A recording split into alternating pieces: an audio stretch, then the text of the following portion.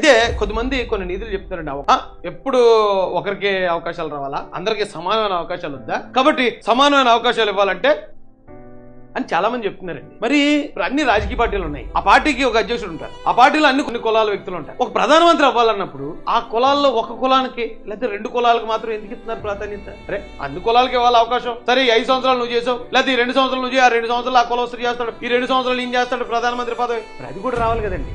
వర్గీకరణ అంటే అందరికీ సమాన అవకాశాలు ఇవ్వాలని కోరుకుంటే మరి ఇది కూడా వర్గీకరించాలి కదా. తర్వాత కాంట్రాక్టర్స్ ఉంటారు, ఆ కాంట్రాక్టర్స్ లో కూడా ఎప్పుడు ఒక కులస్తులు వస్తున్నారేంటి, మీరు పలానా కులంలో కూడా కాంట్రాక్ట్ A1 కాంట్రాక్టులు తయారు చేయండి, పలానా కులం నుంచి కూడా ఈసారిగా మీకు ఈ కులానికి ఇచ్చాను ఈ కాంట్రాక్ట్, మరిసారిగా పలానా కులానికి ఇస్తాను. అతి పెద్ద పదవులు కదండి ప్రధానమంత్రి, ముఖ్యమంత్రి. అలాంటి పదవుల్లో కూడా ఇలాంటి సమానత్వం, ఇలాంటి వర్గీకరణ, అన్ని కులాలకి మేలు జరగాలనేది కూడా ఆలోచిస్తే ఇంకా మంచిది కదా. ఇంకా మంచిదని నా ఆలోచన అండి. ఏదో చిన్న బుర్రతో ఏదో చెప్తాను నేను, ఇందులో ఎవరిని విమర్శించలేదండి.